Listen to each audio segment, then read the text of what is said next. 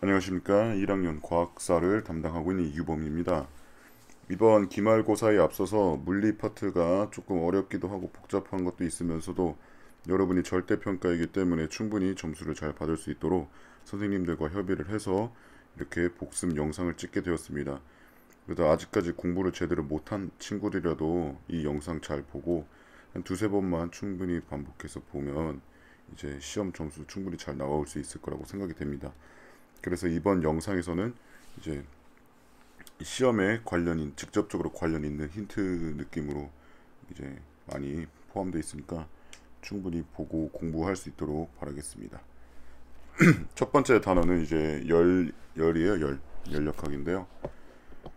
뭐 그냥 이런 것들이 있다 하는 정도 알고 그냥 넘어가면 되겠습니다. 이런 것보다 중요한 거는 바로 이 열소 이론이에요. 열소 이론인데 이거를 뭐 다 스크롤이 안 되냐. 그래서 뭐 이 열소가 무엇이냐 해서 열소는 작은 입자로 되어 있다. 그리고 열소가 어떻게 움직이는가. 고온에서 저온 물체로 이동한다. 요 정도만 알면 됩니다. 알겠죠? 그리고 이를 바탕으로 뭐 여러 가지가 있었는데 이제 한계점도 알아야겠죠. 바로 이 한계점이 이제 입자라면 질량을 가지고 있어야 되는데 이제 질량이 없었다는 거예요. 확인할 수가 없었다. 요 정도. 이 세 가지만 충분히 알고 있어도 돼요. 열소는 작은 입자로 구성되어 있고 그 다음에 이동할 때는 고온에서 저온으로 열소가 이동하면서 물체의 온도가 변하는 것이고요.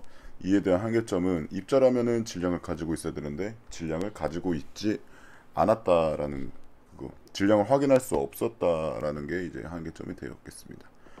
그리고 추가로 덧붙여서 요거 좀 중요합니다. 이 블랙이라는 아저씨 우리가 지난 학기 기말고사에도 나왔었는데 이번엔 좀 매우 중요해요. 그래서 이 블랙이 뭐 했는지를 알아야 돼요. 뭘 했냐면은 여기 나와 있는 것처럼 이 열을 가해도 상태 변화할 때 온도가 변하지 않고 물의 양만 증가하는 사실을 이제 블랙이 확인을 했는데 이 이유를 열소 이론을 바탕으로 여러분이 설명을 할 수가 있어야 돼요. 이 수문열이 증가했다는 것도 중요하지만 이 수문열이 왜 증가했느냐가 바로 열소가 얼음알갱이랑 결합하는 것으로 이제 생각을 하고 수문열이 증가하였다. 이렇게 판단을 했다는 거예요. 그래서 이 블랙의 실험 같은 경우에는 열소가 이 얼음알갱이랑 결합을 해서 이제 물이 나온다라는 요 실험 과정을 충분히 숙지를 하고 있어야 됩니다. 알겠죠? 그 다음에 쭉 내려와서 이제 벤자민 톰슨입니다. 벤자민 톰슨은 그냥 이거 쇠 깎아가지고 윙 했는데 갑자기 쇠가 뜨거워졌어.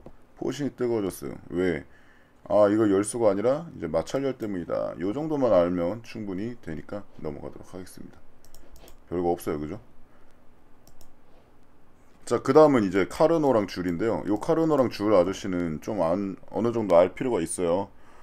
일단 첫 번째로 카르노 같은 경우에는 맞다. 여기 나오는 실험들 제가 중요하다고 하는 실험들은 꼭 다 숙지를 하고 외우라고 하는 거는 꼭 외울 수 있도록 하겠습니다. 이거는 무조건 외우세요. 요거 외우기 이렇게 보면 되겠습니다. 넘어가서 카르노랑 줄인데 시험 문제가 낼 게 좀 너무 많아가지고 단순하게 카르노랑 줄은 요 정도만 알면 됩니다. 먼저 카르노가 뭘 했습니까? 열을 역학적 에너지로 설명했어요. 열을 역학적 에너지로 설명했는데 어떻게 설명했어요? 바로 어딨냐? 쭉 하면은 여기 안 나오나? 열이 기계의 운동으로 전환되는 과정을 단계별로 설명했었다라는 내용이 여기 있네요. 열이 기계의 운동으로 전환되는 과정을 단계별로 설명했다. 요 정도만 알면 됩니다. 카르노는. 요거랑 이제 한계점도 알아야겠죠. 카르노가 뭐 한 사람이냐 하면은 열이 기계의 운동으로 전환되는 과정을 단계별로 설명한 사람이에요. 그러나 한계점은 바로 요 다음 파트 여기 나오죠. 이게 뭐가 있었냐면 바로 카르노는 열소 이론을 이제 믿었었다는 거예요. 이 사람이 열소 이론을 믿었다는 한계점을 가지고 있어요. 그래가지고 요거 두 개 정도만 충분히 알면 되겠습니다. 줄도 원래 제가 가르쳤던 반에서는 실험을 되게 중요시하게 생각을 했었는데 그냥 줄 같은 경우는 과학사적 의의 정도만 알아도 충분하겠습니다. 그래서 열은 물질이 아니라 에너지의 한 형태임이 확인되었다. 요 정도 알고 있고요. 그 다음에 한계점 마찬가지로 여기 어디 있어요? 어, 이 열 에너지가 전부 운동 에너지로 역학적 에너지로 바뀌지 않고 일부만 바뀌었다는 거. 즉 이 양쪽 방향으로서 100% 전환되는 것을 이제 왜 그런지를 못 밝혀냈어요. 그게 이제 줄의 한계점이에요. 그래서 카르노랑 줄 같은 경우는 이제 여러 가지도 중요하지만 요 정도 특징 각각의 카르노랑 줄의 이제 과학사적 의의 정도랑 그다음에 요거 한계점 각각 하나씩 정도만 알면 되겠습니다. 이제 수업 때 중요하게 얘기한 게 뭐냐면 제가 그 연력학 제1법칙과 제2법칙이 좀 중요하다고 했어요. 연력학 제1법칙과 2법칙이 중요하다고 했는데 완전히 외울 필요까지는 없고요. 연력학 제1법칙과 제2법칙이 무엇이냐? 요거 한 번씩은 그냥 읽었으면 좋겠습니다. 요거는 한 번씩 읽어봅시다. 에너지 보존 법칙이고 에너지 보존 법칙이니까 당연히 일정하게 보존된다라는 내용이 있고요. 그 다음에 서로 전환될 수 있다. 그 다음에 이 법칙. 이 법칙은 뭐야? 바로 에너지의 전환은 질서가 높은 쪽에서 낮은 쪽, 이 한쪽 방향으로만 진행된다. 요 정도만 알면 이제 충분하다라는 거. 이렇게 보면 되겠습니다. 끝이에요. 연력학은 이렇게 끝났습니다. 별게 없죠. 별게 없고요. 그 다음에 이제 또 광학으로 넘어가 보도록 하겠습니다.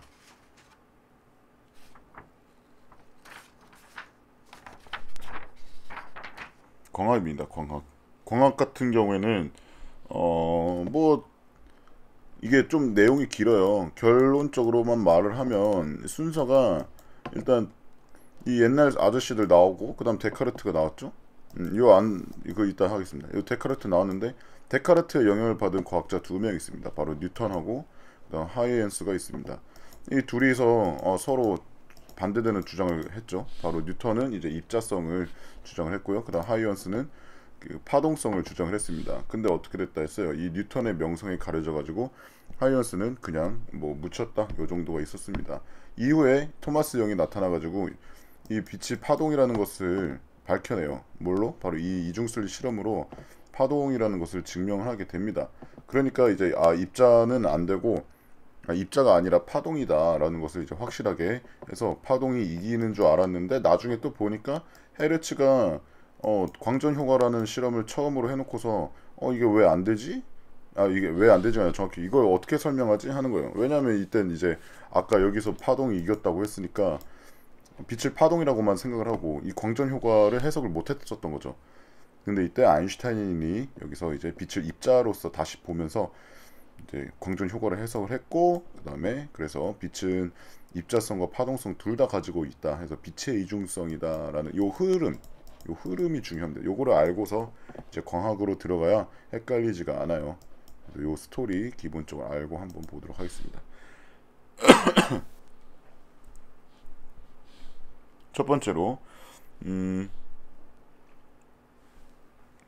딴 거 별거 없어요. 그냥 요거 이 고대에서는 이 주제 여기를 그냥 넘어가도록 하겠습니다. 제가 지금 안 하는 파트는 굳이 안 봐도 돼요. 알겠죠? 이 광학 연구의 시작인데 첫 번째로 나오는 게 바로 이 아리스토텔레스랑 이븐 알하이삼이랑 요거 데카르트입니다. 근데 이제 여기서 제가 중요하다고 얘기했었던 게 바로 이븐 알하이삼이 이 사진기의 원리를 개발했었다는 거예요. 이 사진기의 원리를 개발했었다. 요 정도는 충분히 알아볼 필요가 있고요. 그 다음에 데카르트입니다. 데카르트 같은 경우에는 이렇게 보면 나오는데 제가 요거 사진기의 원리 이거 이븐 알하이삼 이거 볼 수 있도록 하고요. 데카르트 같은 경우에는 이제 그 뭐야 이 미지의 매질 에테르를 이제 얘기를 했어요. 에테르를 믿었죠. 제가 가르치는 반 대하뉴맥 있었죠. 대하뉴맥 데카르트, 하이언스, 뉴턴, 맥스에서 대하뉴맥 에테르를 믿었던 사람들이에요. 이제 빅4입니다. 빅4. 이 데카르트는 그래서 빛이 물체에서 나와서 이 미지의 매질 에테르를 지나 눈으로 전달되는 기계적인 현상이라고 주장을 했다 합니다. 이게 바로 빛에 대한 얘기였어요. 빛에 대한 얘기였고요. 그 다음에 색깔에 대해서는 이렇게 나오죠. 바로 이 공간을 채운 매질, 즉 에테르겠죠. 이 에테르의 회전 속도가 다르기 때문에 나타나는 현상이다. 정확히 이제 그냥 물도 있고 뭐 여러 가지가 있으니까 그냥 매질로 퉁치겠습니다. 책에도 매질로 나와 있고. 그래서 색에 대해서는 매질의 회전 속도에 따라서 색이 다르게 보인다라고 이제 주장했었다. 이렇게 제가 수업을 했었습니다. 이 정도만 알면 되겠어요. 데카르트. 물체에서 빛이 나와서 에테르를 통해 눈으로 들어오는 기계적 현상이라고 했다는 것과 그 다음에 매질의 회전 속도가 달라서 여러 색이 보인다라고 이제 주장했었던 거. 요거 두 가지만 알면 되겠습니다. 제가 필기할 때도 요거 두 개만 이렇게 딱 했었죠. 요거 두 개는 꼭 볼 수 있도록 하고 그 다음에 2분 알하이산 요거 사진기 원리 정도는 기억하고 넘어가도록 하겠습니다. 이로 이제 뉴턴이 나와요. 뉴턴이 나오는데 이 뉴턴이랑 뉴턴, 하이언스, 토마스 영 요 세 명 쪽은 충분히 어느 정도 봐야 될 필요성이 있습니다. 보는데 보면 이제 뉴턴 같은 경우에는 빛의 입자성을 주장을 했어요. 빛의 입자성을 주장을 했는데 그겁니다. 우리가 여기서 봐야 될 게 바로 이 실험입니다. 실험. 요 실험 있죠? 이거 꼭 공부를 하세요. 외우세요. 이거는 외우세요. 뭘 외우냐면 이 실험이 가지고 있는 그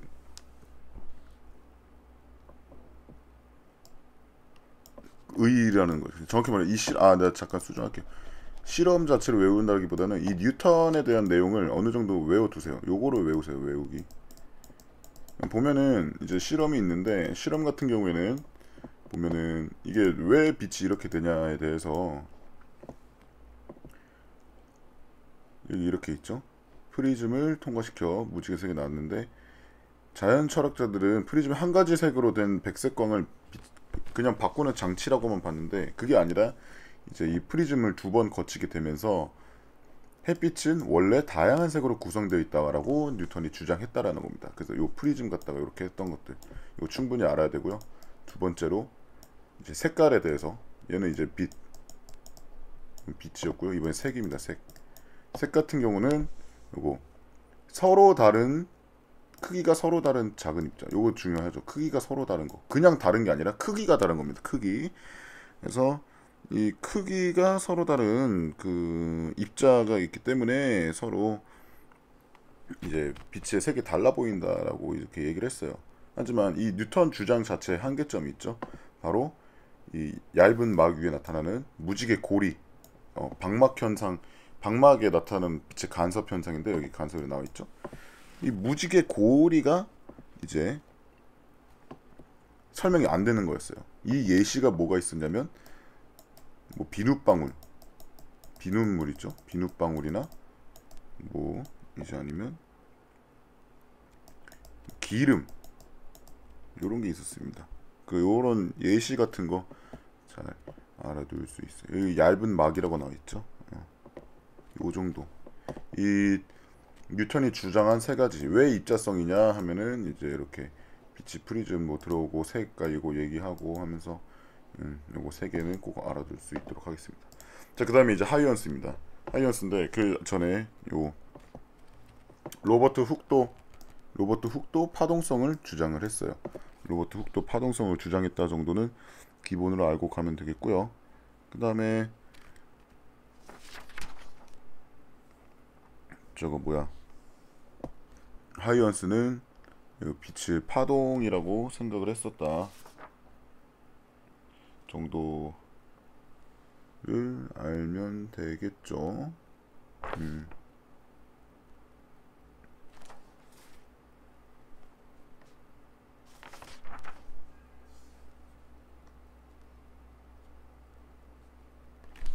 파동성.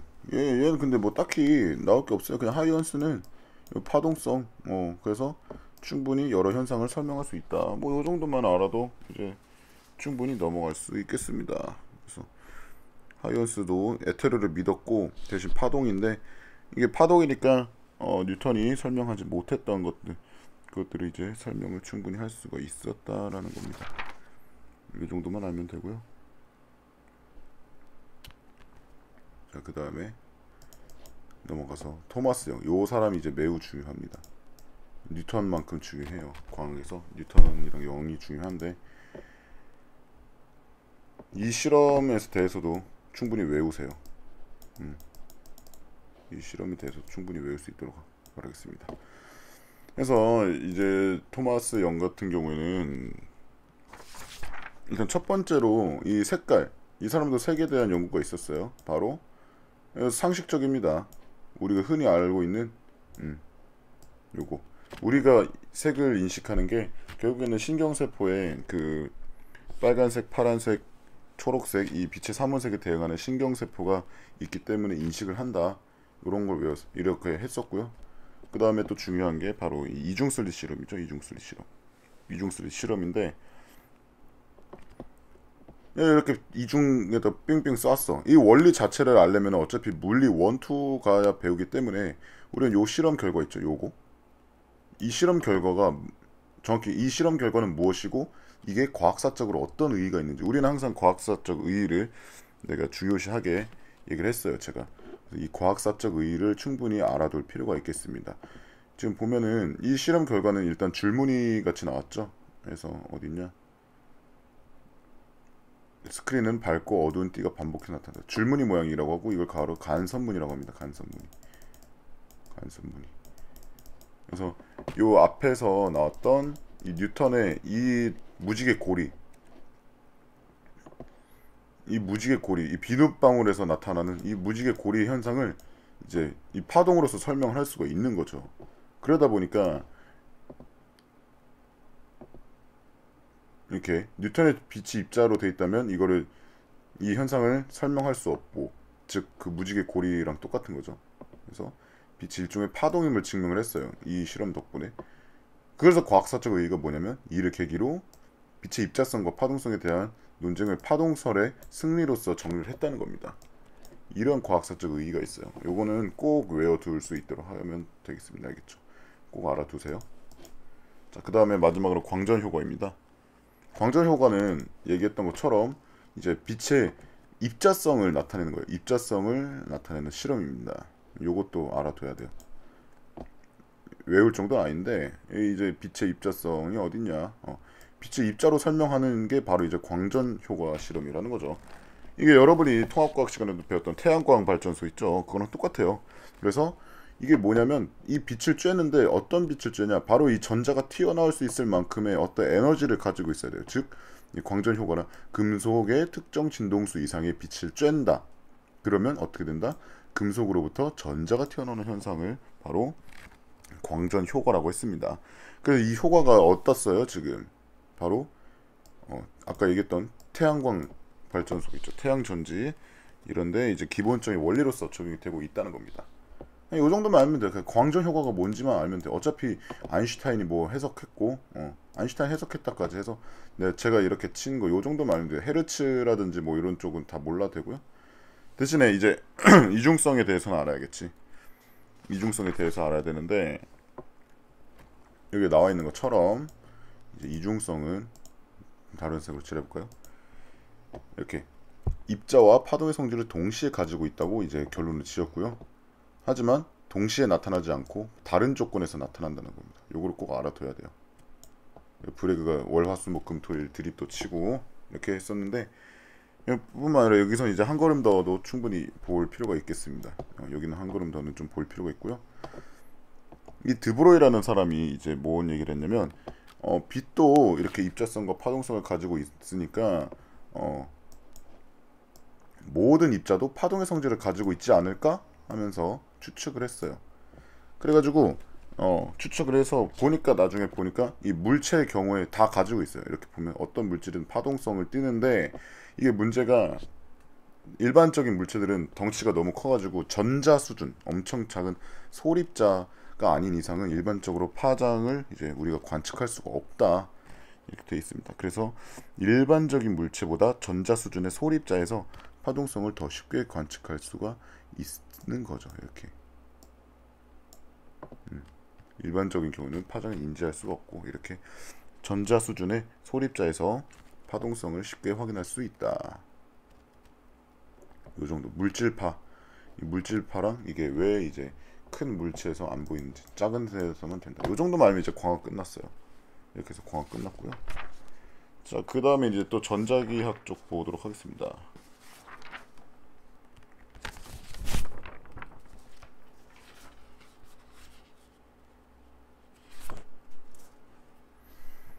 전자기학인데요.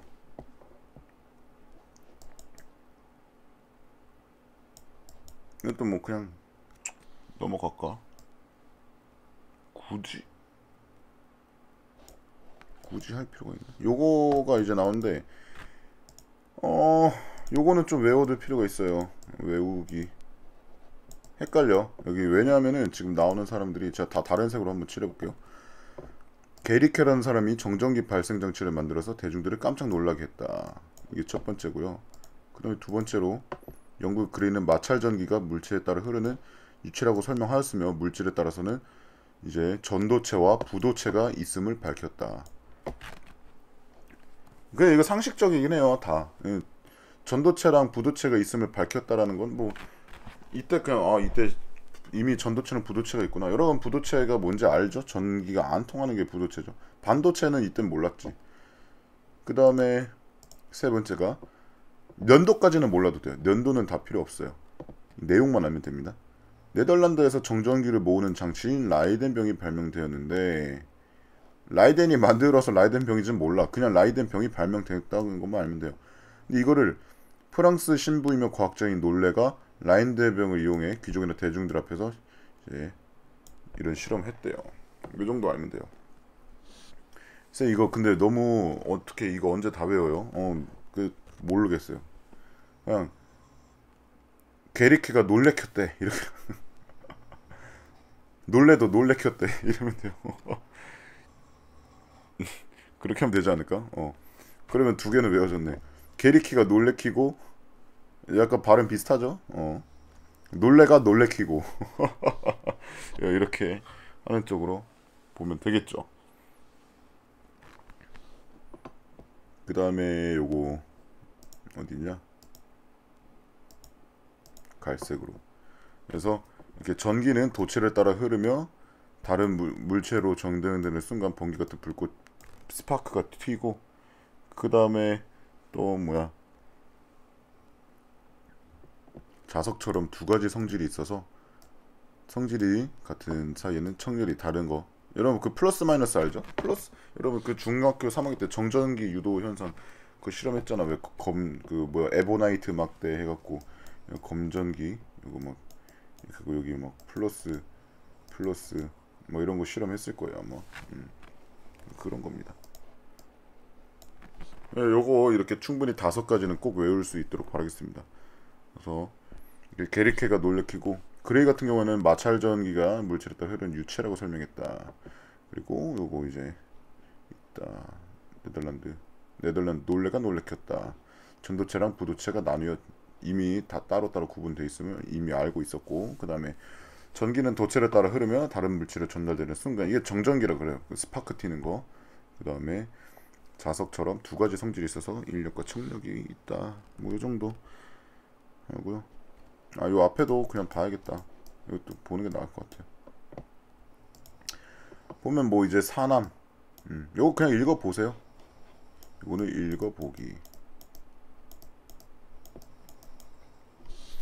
이제 뭐 제가 가르치는 바는 이제 필기를 다 해놨었는데 그 필기 돼 있는 정도만 알아도 충분해요. 이제 전기랑 여기서 중요한 게 이 산암이라는 게 중국에서 만들어져가지고 나침반을 개량됐다는 거랑 그 다음에 여기 어디냐 길버트라는 사람이 전기랑 자기 연구를 해가지고 뭐 했냐면 이 정전기의 힘과 자석의 힘은 서로 다르다라고 이제 생각을 했었던 거예요. 그러니까 전기랑 자기가 그 당시에는 하나가 아니라 이제 따로따로라고 생각을 했었던 거죠. 또한 지구 자체가 뭐 거대한 자석이고 뭐 이런 거. 그래서 요 밑에도 읽어봐야겠죠. 이것도 그냥 읽어보세요. 읽어보기. 내가 봤을 때 전자기가 제일 까다롭지 않을까 싶네. 그래서 여기서도 마찬가지로 이 질량과 자석이 자기력의 크기가 자석의 질량과 관련이 있을 거라고 생각을 했었대요. 이런 것들. 길버트가 조금 여러 개가 나오네요. 이거 제가 가르치는 반에는 따로 뭐 말로만 하고 넘어갔었는데 이거 충분히 읽어보세요. 여기 142쪽은 한번 이제 읽어보세요. 제가 가르치는 반도 알겠죠. 자, 그 다음에 다시 돌아와서 또 있어. 여기 계속 나와요. 이제 미국의 프랭클린은 이제 라이덴병과 영을 이용해서 번개가 이제 전기 현상임을 밝히고 피뢰침으로 낙뢰를 예방할 수 있음을 증명했다. 여러분 이것도 위인전 아니 이런 초등학교 때 배우는 거 다 그런 데서 다 나왔어요 사실. 근데 또 쿨롱은 좀 유명한 사람이에요. 여러분이 물리하면 다 배우는데 그래서 전기력된 물체 사이에 힘의 거리 제곱에 반비례한다. 이 정도는 충분히 알아둘 필요가 있죠. 그리고 이제 이게 바로 뉴턴과 비슷하게 전기력도 만유인력처럼 작용한다. 이 정도는 이제 충분히 알 필요가 있겠죠. 그 다음에 나오는 게 이제 볼타입니다. 볼타는 뭐 했냐면은 일단 화학전지를 개발했고요. 화학전지를 개발하면서 저거 뭐야 전기가 물질 내부 특성 때문에 발생하는 자연현상이라는 이제 증명했었죠. 지금 저랑 같이 사는 형님이 너무 피곤해서 옆에서 고를 골고 자고 있네요. 일단 요거 제가 이렇게 밑줄 친 거는 여기랑 요거 두 개는 꼭 외운다기보다는 많이 읽어두면 될 것 같아요. 요거는 좀 외우는 게 나였으면 일단 이렇게 좀 전반적으로 외웠을 것 같아. 내가 이런 거를 여러 번 읽는다고 해서 나중 가면 헷갈릴 것 같거든요. 이게 이제 생각을 해서 1번 옳지 않은 것은 1, 2, 3, 4, 5 이렇게 나오면 어떡하려고 그죠? 충분히 알아둘 필요가 있겠습니다. 자, 그 다음에 이제 웨르스테드인데 여기 앞에서만 시간 다 까먹었네요. 웨르스테드인데 여기서는 아까 우리 이제 광학했던 것처럼 똑같이 스근하게 가면 되겠습니다. 스근하게 가면 되고요. 웨르스테드가 뭐 했어? 이미 여기 말풍선에 나와 있어요. 전기가 흐르는 도선 주위에 나침반 바늘이 흐르는 것을 알아냈다. 여기 이렇게 도선이 전류가 흐르면 이 나침반이 얼만큼 움직인다고요? 바로 90도만큼 움직인다. 그래서 웨르스테드는 도선에 흐르는 실험 중 바늘에 이제 보니까 자석의 바늘이 전류 방향과 직각으로 움직이는 나타나는 현상을 확인을 했다는 거예요. 직각으로 움직이는 나타나는 현상을 이제 확인을 했다. 요 정도만 이제 충분히 알아도 볼타래 웨르스테드의 내용은 이 정도만 알면 충분하지 않을까 하는 생각이 드네요. 그래서 요걸로 이제 요거에다가 덧붙여서 그 웨르스테드의 아랫사람인 데이비가 웨르스테드의 아랫사람이 아니에요. 미안합니다. 일단 그냥 이 데이비라는 사람이 이걸 활용해서 철가루를 뿌려가지고 자기장이 형성됨을 확인을 했어요. 여러분 그 철가루 이렇게 하면은 막 이런 모양 나오는 거 있죠? 자기력선. 그거 얘기하는 겁니다. 그 다음에 결국에 이로 말미암아서 그냥 아까 그 요거 보면 뭐야 여기에서 지금 이 길버트라는 사람이 정전기의 힘과 자석의 힘은 서로 다른 현상이라고 얘기를 했었는데 그게 아니라 알고 보니까 엄청 밀접한 관계가 있음이 이제 밝혀진 거죠. 이게 웨르스테드 실험의 과학사적 의의입니다. 자, 그 다음에 이제 패러데이고요. 패러데이는 여러분이 통합과학 시간에도 이미 많이 했어요. 여기 원통에다가 여기다가 그냥 자석 왔다 갔다 하면 뭐가 나온다고? 바로 유도전류가 나온다 했습니다. 유도전류. 패러데이는 어느 정도 이제 알아둘 필요가 있는데요. 뭐냐면 역장의 진동에 먼저 자석의 움직임에 따라서 그 전류가 유도됨을 확인했다라는 게 이제 이 전자기 유도이면서 패러데이 법칙의 그 가장 큰 의의가 되겠죠. 이게 뭐야? 바로 대용량 발전기 이론적 바탕. 우리 이거 다 통합과학 시간에 한 거예요. 요거는 그죠? 근데 이제 조금 헷갈리는 게 뭐냐면은 이 직관적으로 이해하는 것을 선호하다 보니까 이거를 수학적으로 표현을 한 게 아니라 그림으로 아까 제가 뭐 지었군요. 이렇게 화살표로 띠디디디디디 이렇게 표현을 한 거예요. 그러다 보니까 이제 뭘 했냐면 역장이라는 걸 그립니다. 역선을 이용해서 역장을 그리는데 보면 이 자석이 이렇게 왔다 갔다 진동을 하잖아요. 그러니까 이게 자기장의 진동이라고 생각을 한 거예요. 그래서 이 원거리 물체 간에 작용하는 힘을 이 역장의 진동으로서 설명한 거예요. 그래서 이렇게 뉴턴 역학에서 설명하지 못했던 힘의 원격적, 즉 중력이 작용하게 먼 거리에서 만윤력이 작용하는데 이게 어떻게 힘이 전달되냐 이런 걸 이제 뉴턴이 설명을 못했었는데 이게 패러데이가 설명을 했어요.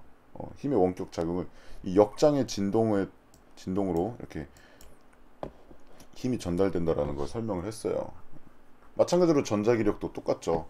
전자기 장이 아니에요. 전자기력이에요. 전자기파는 이제 그 맥스웰 때 나옵니다. 이 전자기력이 역선을 따라서 사방으로 전달된다. 뭐 요 정도 그냥 뭐 패러데이 실험이 뭐 어떤 실험이고 그 다음에 이 역장 내용들 있죠. 역장 내용들 이거 좀 헷갈리니까 잘 알아둘 필요가 있어요.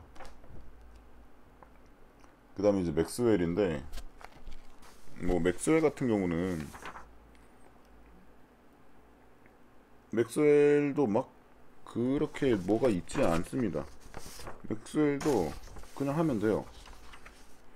일단 아까 얘기했던 것처럼 대하뉴맥 맥스웰도 에테르를 믿었었어요. 그 기본으로 깔고 가야 돼요. 그건 이제 알아야지.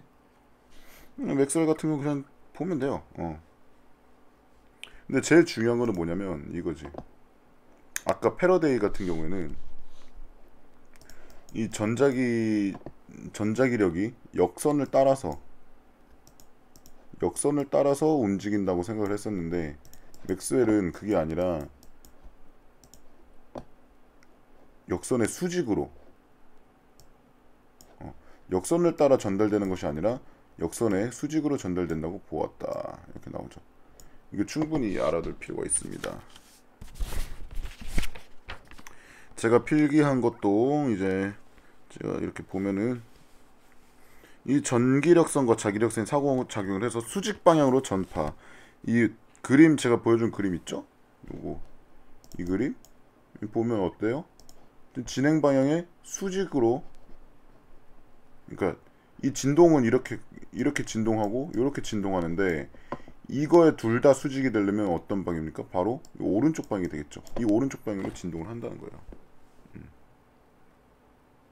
이렇게 보면 되겠습니다. 그래서 요거는 이제 전반적으로 한번 싹 읽어보세요. 알겠죠? 맥스웰 같은 경우는 그래도 나름 전자기 뭐 이제 역학을 뉴턴이 정리했던 것처럼 전자기학은 맥스웰이 정리했던 사람이기 때문에 맥스웰 뭐 해봤자 별로 양도 많지 않죠? 하여튼 뭐 패러데이랑 맥스웰 요 두 사람은 그래도 어느 정도 전반적으로 읽어보는 게 좋을 것 같아요. 요 패러데이랑 맥스웰을 읽어보자.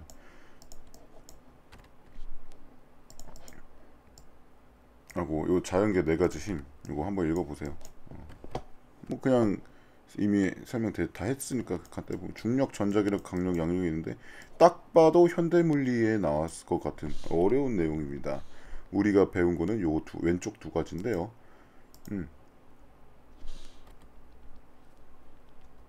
요거 그래서 한번 읽어볼 수 있도록 합시다. 네 가지 기본 상호작용, 뭐 전자기력 이렇게 요거 한번 읽어보세요. 자, 그 다음 이제 마지막으로 상대성 이론입니다. 상대성 이론은 여러분이 헷갈릴 수 있는 여지가 충분히 있는 파트이기 때문에 제가 어느 정도 시간을 할애해서 설명을 하도록 할게요. 그러니까 조금 시간이 걸리더라도 그 부분에 대해서 양해를 해주길 바라겠습니다. 일단 주제 여기는 제가 수업 때 얘기했던 것처럼 그냥 패스하면 되겠습니다. 패스하고 요 이제 에테르 대하뉴맥 얘기했었어요. 그래서 이 마이클슨하고 몰리라는 사람이 실험을 했는데 이 마이클슨의 실험이 매우 중요하죠. 요거는 꼭 알아둘 필요가 있어요. 내용은 그냥 간단해요. 에테르를 검증하려고 이제 그려볼까? 에테르의 존재를 증명하고자 실험을 했는데 이 지구의 공전 방향에서 정확히 말해 이게 지구가 공전하면서 에테르를 계속 우리가 지나쳐 갈 테니까 에테르가 우리 지구에서 바라볼 때 어떤 하나의 흐름으로서 보일 다가올 것이다 이렇게 생각을 했어요. 그래가지고 이 빛과 그 빛의 속도 반대편 빛 그러니까 에테르가 이쪽 방향으로 온다라고 치면은 뭐 일로 가는 빛과 일로 가는 빛의 속력이 다를 거라고 생각을 했겠지. 그러니까 에테르가 존재한다면 이 두 빛의 사이 속도에는 차이가 있어야 될 것이다 하고 실험을 했는데 막상 실험을 해보니까 어때요? 모든 방향에서 일정했습니다. 요거 중요하죠. 항상 그 속도가 일정했다. 그래서 결국은 뭐야? 어, 이게 일정했다는 말은 결국에는 에테르가 없다라는 거거든요. 그래서 과학사적으로 이가 바로 이 에테르가 존재하지 않는 것을 증명하게 됐습니다. 이러고 물리학상 노벨상 받았다 했죠. 노벨 물리학상. 요 실험 어 저 뭐야 그 실험 중에 보면은 이렇게 레이저 쏴가지고 스크린 여기가 아니라 여기 있구나. 여기 거울 이렇게 있고 여기 반거울 해서 빛을 쏘면 하나 이렇게 가고 하나는 이렇게 가고 뭐 두 개 차이 이 실험 과정은 어차피 여러분이 2, 3학년 때 따로 물리 1, 2 하면 배울 거니까 지금은 할 필요 없고요. 그냥 요것만 이 내용만 충분히 알아두면 되겠습니다. 문제는 이거예요. 문제는 이건데 일단 보면은 우리가 알아야 될 게 이 어떤 이 관성좌표계가 뭐냐 하면은 이 어떤 공간에서 사람이 이렇게 점프를 할 때 이 물체가 정지해 있다면 이 공간이 정지해 있다라면 이 점프한 곳에 이렇게 빨갛게 색칠한 이 점프한 곳에서 다시 착지하라 해도 이 빨간 원을 벗어나지 않을 겁니다. 근데 만약에 이 공간이 오른쪽으로 일정한 속도로 움직인다고 합시다. 그러면 어떻게 되냐면 똑같이 제자리에 떨어져요. 왜냐면 일정한 속도로 가니까 이 사람한테도 일정한 속력이 작용을 하는 거예요. 이렇게 그러니까 V가 0이 됐든 뭐 1이 됐든 100이 됐든 50이 됐든 뭐 상관없이 일정하기만 하다면 이 사람은 제자리에 떨어져요. 점프를 했을 때. 마찬가지로 물이 떨어져도 물방울이 떨어져도 이렇게 수직으로 계속 떨어질 겁니다. 이 사람이 봤을 때 제자리에 떨어지겠죠. 이게 바로 이 공간 이렇게 관성으로 움직이는 공간을 우리가 뭐라 하냐면 관성좌표계라고 합니다. 이게 바로 관성좌표계예요. 이 관성좌표계에서는 즉 물체가 관성좌표계에서라는 얘기는 뭐냐면 정지했거나 등속으로 이 정지해 있는 것도 결국 등속으로 움직이는 거라고 바라보면 되겠습니다. 이 등속으로 움직이는 모든 공간에서는 물리 법칙이 동일하게 작용한다는 거예요. 그게 바로 특수상대성 이론의 첫 번째 가정입니다. 등속도로 움직이는 어느 좌표계에서도 물리 법칙은 동일하게 작용된다. 이게 첫 번째고요. 두 번째는 아까 여기 앞에 마이클슨 몰리 실험처럼 빛의 속력은 언제 어디서나 일정하다는 겁니다. 같은 값으로 측정된다. 즉 일정하다. 이렇게 보면 되고요. 그리고 뭐 덧붙여서 그냥 빛의 속력도 최고 속력이다 하는데 정확한 이제 가정은 제가 가르친 반에서는 이제 최고 속도라고 이렇게 괄호로 쳐져 있는데 이 괄호는 이제 상대성의 가정은 아니에요. 제가 이제 덧붙여 특성이니까 지금 이거 들은 친구들은 이 괄호는 약간 구분해서 알아둘 필요가 있겠다라고 미리 어디다 적어 두세요. 요거 이제 같은 값으로 측정된다. 요거 정도로 이제 알아주면 되겠습니다. 요거는 무조건 외우세요. 무조건 외우기. 알겠죠? 두 가지. 요거대로 외우는 게 가장 좋겠죠? 그래서 이걸 바탕으로 이제 뭘 하냐면 이 상대성 이론 세 가지가 나옵니다. 상대성 이론 세 가지가 나오는데 이 동시성은 사건의 동시성은 관찰자의 운동 상태에 의존한다. 결국 관찰자에 의존한다라고 제가 필기해놨지만 결국 그거예요. 관찰자에 의존한다는 거예요. 관찰자에 의존한다는 거고요. 만약에 어떤 정지한 사람이 있고 어떤 움직이는 물체가 있어요. 등속으로 뭐 매우 빠르게 움직인다고 가정을 합시다. 그러면은 이 정지한 사람이 A가 B를 봤을 때 바로 A가 B를 이게 두 개가 만약에 똑같은 크기라고 봅시다. 그러면은 A가 B를 봤을 때 A의 시간보다 B의 시간이 조금 더 느리게 간다. 이렇게 B가 자기 거를 봤을 때는 시간 느리게 안 가요. A가 B를 바라봤을 때 느리게 가는 거예요. 그리고 길이도 마찬가지로 평소보다 짧게 보이는 거예요. 해서 나오는 게 정지 상태의 물체보다 느리다. 시간 지연. 정지 상태 짧아지다. 길이 수축 이렇게 나와 있습니다. 그리고 마찬가지로 B가 A를 바라봐도 만약에 여기 아무것도 없다면 등속으로 움직였을 때 B는 정지했고 A가 마치 이쪽 방향으로 움직이는 것처럼 B가 착각을 할 수가 있어요. 그러다 보니까 B 입장에서도 A를 바라봤을 때 B가 A를 바라봤을 때도 똑같습니다. 이 상황에서 정확히는 요 상황이죠. 뭐 이거 여기는 요런 상황이죠. 이 상황에서 B가 A를 바라봐도 이건 똑같이 작용됩니다. B보다 A의 시간이 조금 더 느리게 가는 것처럼 보이고, 그 다음에 B보다 A의 길이가 더 짧아 보이는 거죠. 평소보다. 요거는 그냥 알고만 있으세요. 요거는 좀 요거랑 이제 덧붙여서 요것도 이제 봐야겠죠. 뭐냐면은 이렇게 빛의 속력은 일정하고 절대적이다. 나머지는 다 상대적인데 빛의 속도만 절대적이에요. 그래서 보면 이거 있죠. 물체 질량은 운동한 속력에 따라 변하며, 그리고 그 물체는 속력이 커질수록 질량도 커진다. 이렇게. 이게 왜 그러냐면 바로 우리가 통합과학 때 배웠던 E는 MC 제곱 요거 때문에 그래요. E 이퀄 MC 스퀘어 때문에 그런 겁니다. 이게 뭐예요? 질량 에너지 등가 원리에 의한 질량 에너지 동등성이죠. 등가 원리. 책에서는 이거 보존 법칙이라고도 얘기가 돼 있는데 여기 등가 원리라고 돼 있고 이 원리를 갖다가 이렇게 수식을 세워서 보존 법칙인가 봐요. 그래서 이거 보면 책에 이렇게 나와 있죠. 질량 에너지 등가 원리를 한다. 물체 감소하면 에너지가 발생하며 반대로 물체가 가진 에너지가 감소하면 그에 대한 질량이 생성된다. 뭐 그냥 그거죠. 여러분이 이거 수업할 때도 얘기했지만 그냥 운동을 하면 어때요? 살 빠지죠. 질량이 감소해요. 그만큼 에너지를 방출시켰기 때문입니다. 하지만 반대로 여러분의 에너지를 흡수하면 어떻게 됩니까? 흡수를 하면 이제 살이 찌죠. 마찬가지로 얘가 물체가 가진 에너지가 감소하면 그에 대한 질량이 생성되고 그럼 되겠습니다.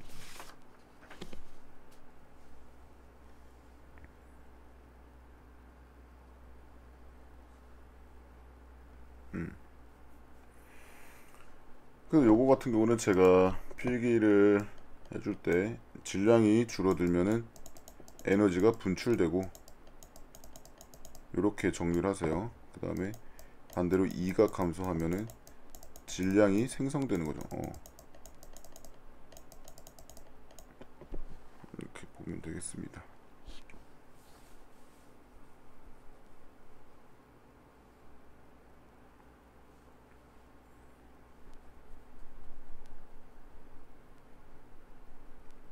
그러니까 에너지가 발생한다는 것은 그 뭐야 저거 질량이 그만큼 감소했다. 이거는 우리가 이거 뭐야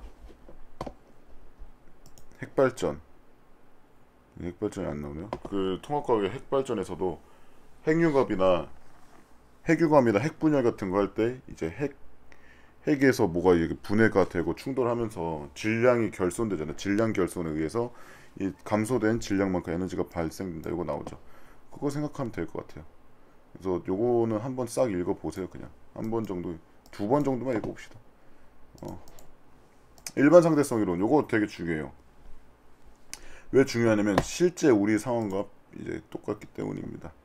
일반 상대성 이론 같은 경우에는 이거 내가 수업 안 한 반에 있어서 여기는 조금 자세하게 짚어서 넘어가도록 하겠습니다. 일단은 특수 상대성 이론에다가 중력을 플러스를 시킨 거예요. 특수 상대성 이론에다가 중력을 덧붙인 겁니다. 그래가지고 이 아인슈타인이 얘기를 한 게 뭐냐면 이 시공간이라는 게 결국에는 서로 상호작용하고 있는 연속체라고 주장을 했어요. 연속체라고 주장을 했었는데 그냥 뭐 여기 등가 원리하고 나오는 게 있어요. 제가 이거를 설명을 했었는데 그냥 이건 그냥 저한테 지금 수업을 들은 반에게는 미안하지만 사실 몰라도 됩니다. 근데 이게 왜 알아야 되냐면 이 등가원리를 알아야 왜 시공간이 휘는지를 이렇게 볼 수가 있거든요. 근데 지금은 요약하는 시간이니까 그냥 등가원리 같은 경우는 나중에 한번 직접 보세요. 그래서 내용은 뭐냐면은 이 질량을 가지고 있는 물체가 있으면 질량을 가진 물체가 있으면 그 주위로 공간이 휘어진다는 겁니다. 어. 예를 들어서 지금 여기 그림에도 나와 있지만 이렇게 지구가 있을 때 공간이 이렇게 휘죠. 근데 만약에 블랙홀이 있다라고 칩시다. 블랙홀이 있다면 얼만큼 있어요? 중력이 엄청 세니까 퓨 이렇게 휠 거란 말이에요. 그러면 빛이 탈출할 수 있겠어요? 없죠. 이런 얘기입니다. 일단 첫 번째로는 이 질량을 가진 물체에 의해서 우주 공간이 휘어진다. 요게 이제 일반 상대성 이론의 가장 큰 내용이라고 볼 수가 있겠습니다. 요거에 대한 예시가 바로 블랙홀하고 중력 렌즈 효과인데요. 먼저 이 중력 렌즈 효과를 보도록 하겠습니다. 이 중력 렌즈 효과는 매우 중요하니까 꼭 외워두세요. 알겠죠? 외우기. 사실 외우라고 하기는 좀 못하긴 한데 꼭 알아두세요. 요건 일반 상대성으로는 좀 알아둘 필요가 있어요. 그래갖고 이 중력 렌즈 효과가 뭐냐면은 어디 그림 그릴 때가 마땅치가 않네. 오.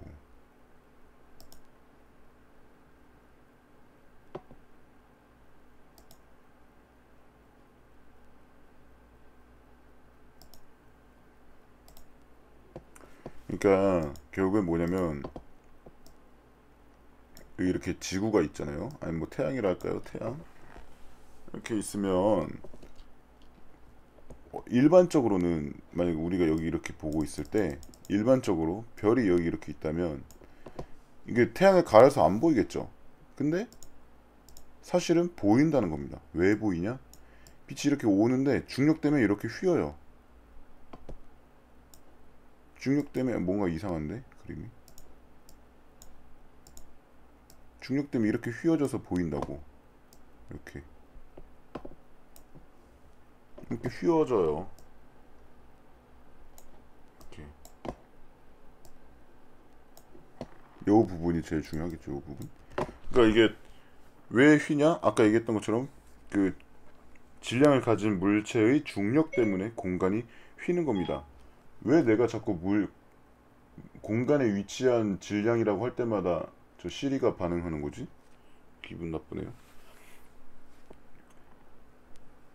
근데 이게 결국에는 뭐냐면은 중력 때문에 빛이 굴절되는 거잖아요. 그래서 이거를 중력 렌즈라고 얘기하는 거예요. 중력 때문에 빛이 휜다 해서 중력 렌즈라고 하는 겁니다. 그래서 이렇게 공간의 휘임은 중력의 작용으로 빛이 휘어지는 현상을 관측함으로써 알 수 있다는 겁니다. 그래서 이렇게 있고요. 요거에 대해서는 뭐 중력 렌즈라 하면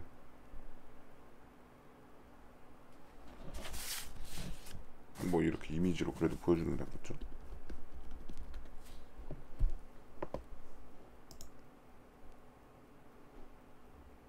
그러니까 이제 요런 느낌 빛이 휘어서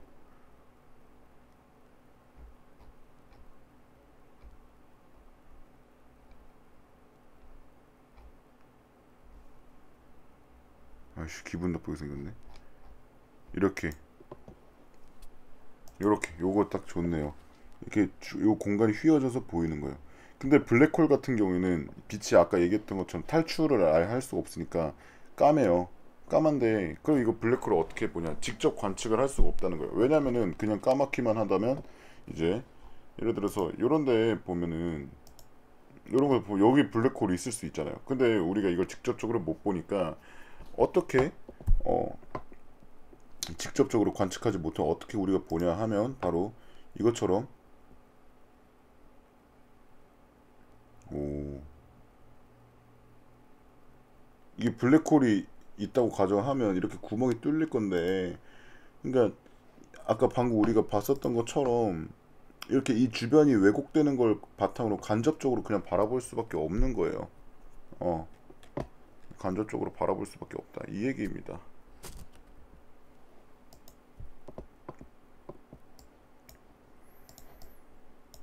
그래서 이 에딩턴이라는 사람이 결국에 태양 뒤에 있는 요 아프리카 거저 태양 뒤에 있는 별을 봤어. 원래 가려서 안 보여야 되는데 이 태양의 중력 때문에 빛이 휘어가지고 태양 옆에 띡 이렇게 위치한 것처럼 보인 거죠. 원래는 요점을 가려서 안 보여야 되는데 여기쯤에 있다고 한 거죠. 그다음 넘어가서 아까 얘기했던 것처럼 블랙홀은 좀 다른 색으로 해볼까요? 블랙홀은 이제 아까 얘기했던 것처럼 이 중력이 너무 커가지고 빛이 빠져나올 수 없어서 일반적인 방법으로 직접 못 본다는 거예요. 어떻게 해야 되냐? 바로 주변 물질과의 상호작용, 즉 이 중력 렌즈 효과와 같이 간접적으로만 바라볼 수가 있다는 거예요. 이걸 이제 중력 렌즈 말고 또 중력파도 있는데 이 중력파를 이제 주장하고 라이고란 그 2016년도 해서 중력파를 검출했다. 이 레이저 간섭기가 뭐냐면 그 아까 우리 마이클슨 몰리 실험 있죠? 그거 생각하면 돼요. 그걸 엄청 크게 만든 거예요.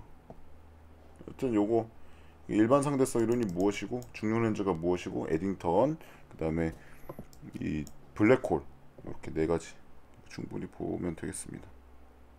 그래서 시간과 공간에 대한 근본적인 생각을 옛날에는 절대적이라고 생각했었는데 이게 상대적이라고 이제 우리가 관찰하는 사람에 따라서 바뀐다.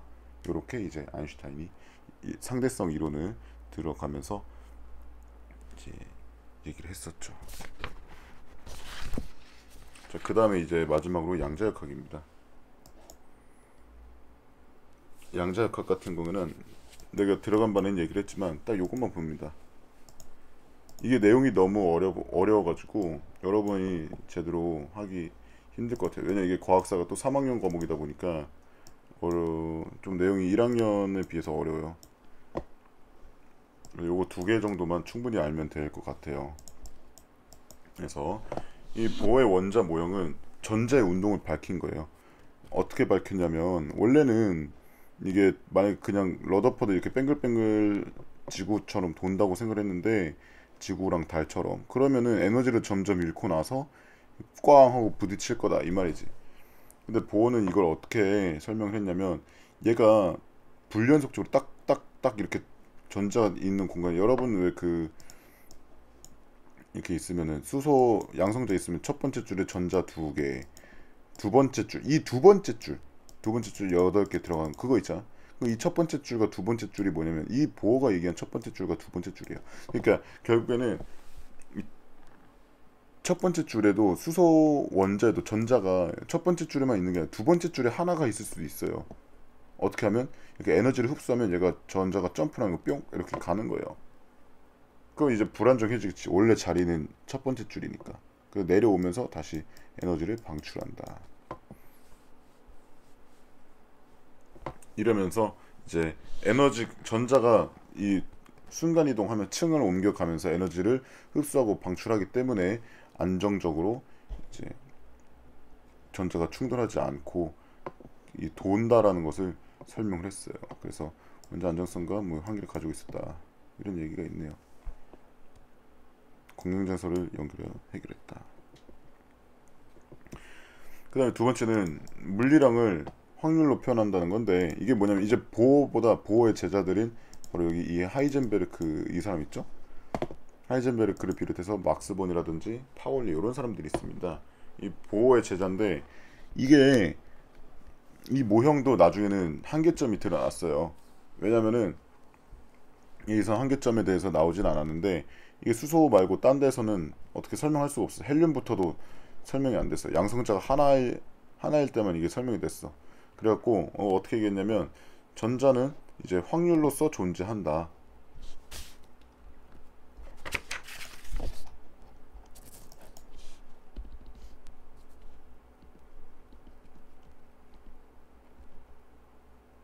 어,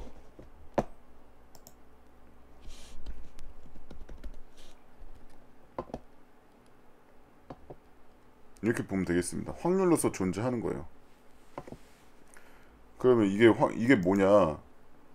이게 뭐냐면 다 전자가 존재할 확률이 높은 곳을 이렇게 그림으로 나타낸 거예요. 이런 식으로. 그러니까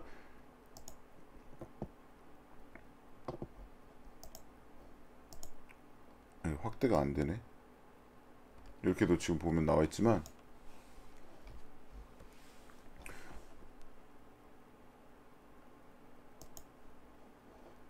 전자가 이제 그냥 딱 어디 층에 존재한다 이게 아니라 이쯤에 존재할 확률이 있다. 이것도 p 오비탈 같은 경우는 전자가 두 개일 텐데요. 이게 딱 원으로 돈다는 게 아니라 이 중심에는 일단 전자가 존재할 확률이 없고요. 요 한 축 이렇게 아령 모양으로 여기에는 전자가 존재할 확률이 있다. 그러면 이 중간에는 전자가 있나요? 그건 정확히 우리가 알 수는 없는데 이 위치에 전자가 존재할 확률은 몇 퍼센트입니다. 이런 식으로 이제 표현한다는 거예요. 그게 바로 물리량을 이제 확률로서 나타냈다는 겁니다. 내용이 좀 어려워요. 이게 이야기가. 해갖고 그냥 제가 얘기하는 거는 딱 요거 있죠. 요 표제 물리량을 확률로 표현했고 전자의 운동을 보어의 원장의 모형으로서 밝혔다는 거. 요거만 충분히 알아도 된다는 겁니다. 요거 진짜 안 봐도 돼요. 리얼. 내 모든 거 다 걸고. 이거 본문 다 안 봐도 돼요. 이것도 마찬가지. 이거 다 안 봐도 돼요. 여기도 이거 본문 다 안 봐도 되긴 해요. 근데 이건 시험 요약이니까 안 봐도 되는 이것도 내용, 물리학적 내용 매우 중요해요. 그리고 솔베이 회의도 이게 뭐 하는 거냐면 이 거물들이 엄청 많이 나와가지고 이 양자역학에 맞냐 틀리냐에 대해서 논의를 했어. 결국에는 어떻게 했냐면 양자역학은 맞다라는 게 이제 인정이 됐고요. 양자역학이 인정되면서 제대로 더 많은 사람들이 연구를 하고 이 양자역학이라는 학문을 탄생하게 된 그 장소가 바로 이 솔베이 회의였다는 거예요. 솔베이 회의.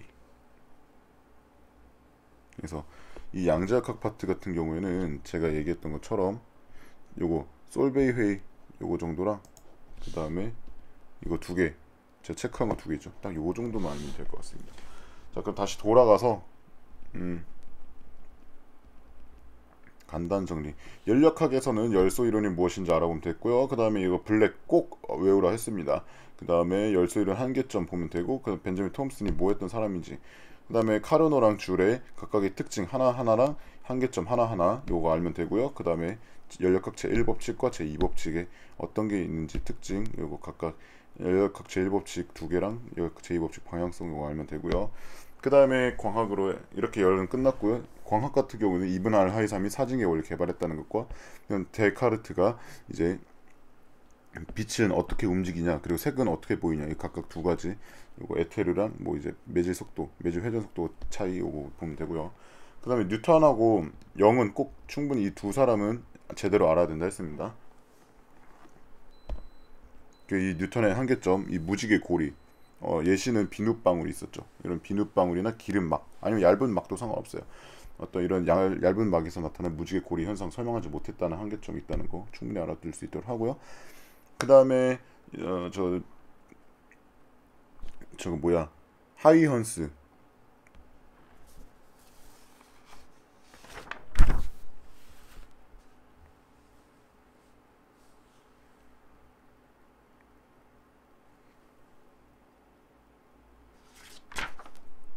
하이헌스는 이제 뭐 그냥 파동 요거 알면 되고요. 훅하고 하이헌스가 파동이었다. 그 다음에 아까 얘기했던 것처럼 실험 꼭 과정이랑 과학사적 의의랑 다 외워두세요. 알겠죠?